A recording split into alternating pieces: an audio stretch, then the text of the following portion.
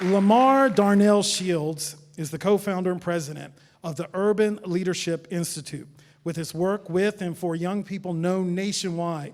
Lamar is taught in the Baltimore City school system.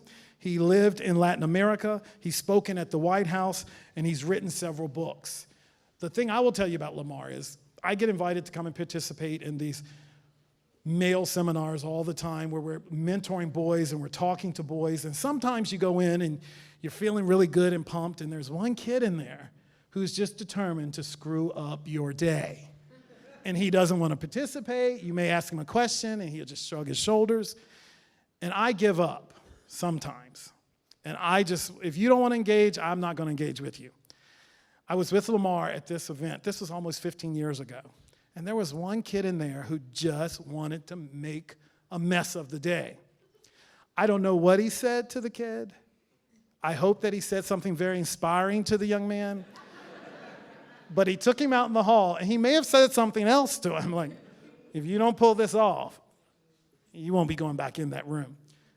But that young man came back in the room after just a few minutes with LaMarr Shields, and he became one of the best participants of that day. He has a way with young people that doesn't let them off the hook and has very high expectations of them. Would you welcome the co-founder of the Urban Leadership Institute, LaMarr Darnell Shields.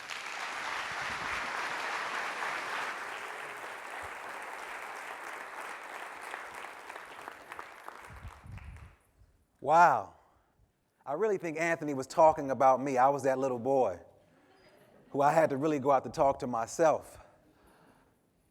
How many of you guys have heard this phrase, don't judge a book by its cover?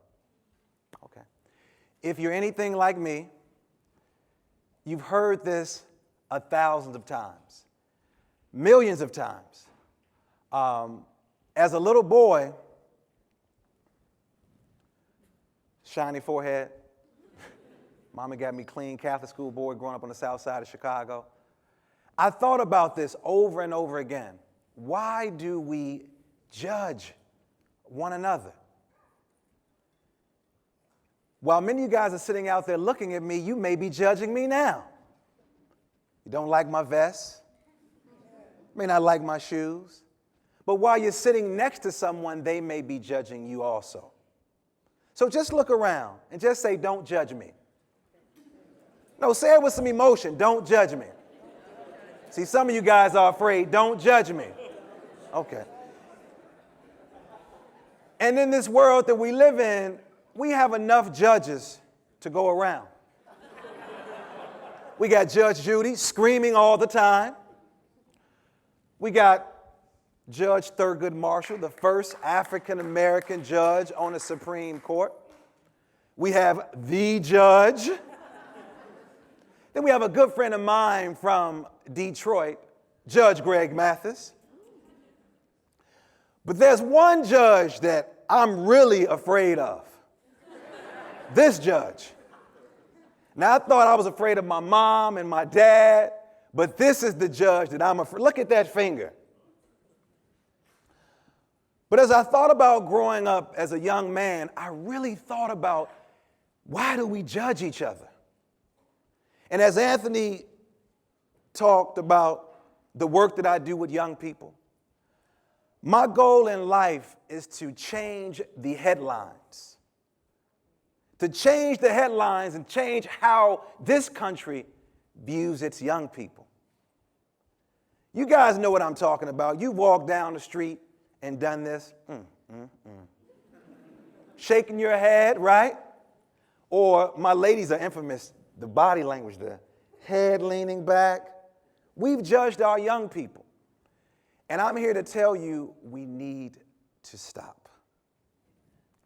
There is nothing either good or bad, but thinking makes it so. Even if you have not said it out of your mouth, you've thought it. And our young people understand and feel that energy. As I take you on this ride, I'm going to tell you my story and how I ended up to be who I am. Because it was not an easy journey. What would have happened if she wouldn't have opened her mouth? Think about it. We look at her and we judge her, but when Susan Boyle opened her mouth, she destroyed everybody, all the naysayers. And that is what I've committed my life to. But we've heard this phrase, don't judge a book by its cover. We need to blame it on these two guys. These two guys wrote a book called The Glass Room, and in that book, it says, don't judge a person or don't judge a book by its cover. And then we start to use this phrase over and over and over again. And we see so many books, and we look at these books, and they have some interesting titles. How to talk about books you haven't read. What's wrong with my snake?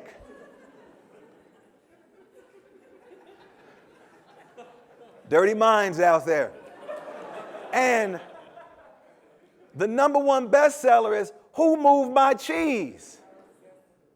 I remember my daughter going into the bookstore with us and they called me Baba. Baba means father in Kiswahili. And she said, Baba, is this book about cheese, passing gas, moving the cheese, making money? But we judge books by their covers. And as we delve into these books, we get a chance to see that it's something different. And I'm speaking from experience. Because in 1998, as I entered my classroom, De La Salle Institute on the south side of Chicago, and I walked into the classroom excited to learn, or pretending like I wanted to learn, and I sat down, and Senior Hogan sat down also, and he says, ¿Dónde está mi tarea? ¿Por qué no tiene la tarea? And I looked at Diego Dos, he called me Leonardo, and I looked at Diego Dos, my buddy Kendall, and with his face, and he says, hey man, he want to know where's your homework. And he said it again as if speaking louder meant that I had my homework. In Spanish, he yelled, where is your homework? And then he came over to me and stood over me and said, ¿Por qué está en la escuela? Why are you here? And I remember this is the man that was supposed to help shape me to be a man. And plus, my mother was paying him tuition. And I remember he went around the classroom and he asked everybody in the classroom about studying Spanish. And he got to me and he laughed. And he said, oh, Senora Leonardo, I don't expect you to go on to Spanish the next year. And all I could think about was when Malcolm Little, who became Malcolm X, and sat in that classroom in Omaha, Nebraska, and they asked him and his friends, what did he want to become? And Malcolm stood up and excited like I did and says, I want to become a lawyer. And his teacher says, black men. And of course he didn't say black men. Don't become lawyers. Use your hands. And as a boy proud from the south side of Chicago, I was so upset when Senior Hogan said these things about me and made me feel small, the man that was supposed to build and shape me. This is what education is about. When you look at the word, it comes from a Latin word, educare, which means to pull out. Maybe he didn't see what was inside of me. And I took that with me all the way to college, and I couldn't believe that what he said to me made me stronger. And if you judge people, you have no time to love them, Mother Teresa said. But I took what Senior Hogan said to me to college, and I climbed the pyramids of Teotihuacan. And I learned Spanish. And I became a Spanish teacher.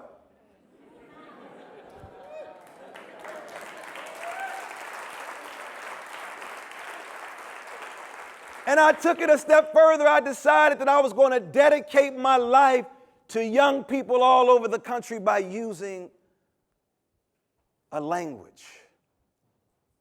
And then I said, this man tried to kill my spirit. So let me take it a little further. When I started teaching here in Baltimore at Baltimore City College High School, 9 months prior to graduating from college, I get a call from my supervisor and said, "Lamar, do you want to take a group of kids to Mexico?"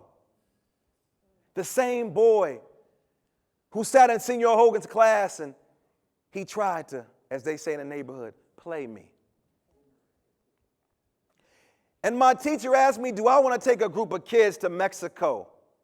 And I was so nervous because I was 23 years old, just graduated from college, and was just there 9 months ago. And I was afraid. Why? Because he judged this book cover. And I took on a challenge, and I took 11 urban youth who had never gotten on a plane, who had never gone through the airport, who had never had a passport. And I said, I'm going to change the headlines. But then I said, let me take it a step further. Let me keep traveling to Puerto Rico. And let me connect my children, these urban youth, to another environment. But then I stepped into another realm. And I started taking these rich kids who can afford to go, who had money to go. I'm talking about the people that own a whole lot of stuff. And I looked at myself and I felt insecure because I said, this little brown boy from the south side of Chicago, why would these kids listen to me? Their mamas are making so much more money than me. But Mr. Hogan planted a seed in me. He attempted to judge me. So I took it a step further. I said, I want to take black and brown boys to Latin America who can't afford it. I want to take these boys who's never been around the corner. I want to give them a different opportunity. The opportunity that was forwarded to me, but the opportunity was almost killed because my teacher looked at the cover and didn't open it up. So I took these boys to Puerto Rico, and we decided to invest and work and build because I wanted them to see that they don't know what poverty is. See, in this country, they can get a hand up or a handout. But over there, this man didn't have a home, so we were helping to build it. The same boys that somebody told me the week before, he told his teacher, I'm going to Puerto Rico, and the teacher said to him, stop lying and prove it to me. See, I was that little boy who sat in that classroom, who they didn't have a lot of faith in when they attempted to judge. So we ended up in Puerto Rico with the victory flag. Me and 11 young boys from this city, from these neighborhoods, who can't sleep at night because there are drive-by shootings going on, who can't sleep at night because somebody may be running through their house with a bag of marijuana or some type of narcotic, but who were also afraid, like I was, to get on that plane because somebody told them that they weren't good enough, because their mamas didn't have direct deposit, because their daddies were incarcerated. We have to be careful how we judge these children. The great orator, Tupac Shakur, said only God can judge me. And even when you look at his life, people judged him. So as I stand here and talking about not judging our children, I want to show you the proof is in the pudding. This is not clip art. This is the real deal. So when I moved here from Chicago to become a teacher, I said, act as if there are no limits. Feed these boys with the truth.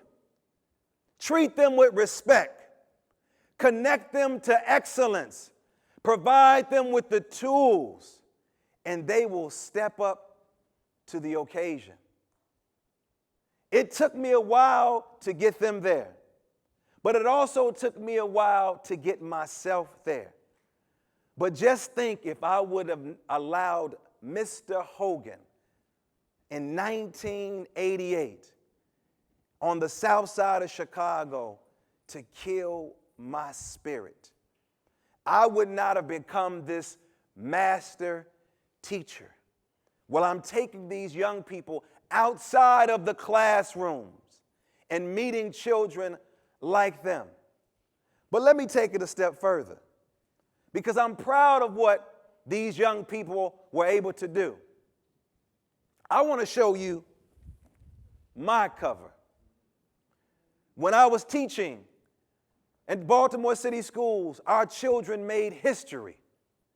They were the first group of kids who had ever written a book that was sold in the store called El Primer Día de la Escuela, the first day of school. But let me tell you what we did to get back at Mr. Hogan. In the acknowledgement page, after we thanked our parents and after we thanked the principal for investing in us, we thanked Mr. Hogan, because my kids said to me, if it were not for Mr. Hogan, there will be no Senor Shields. Thank you.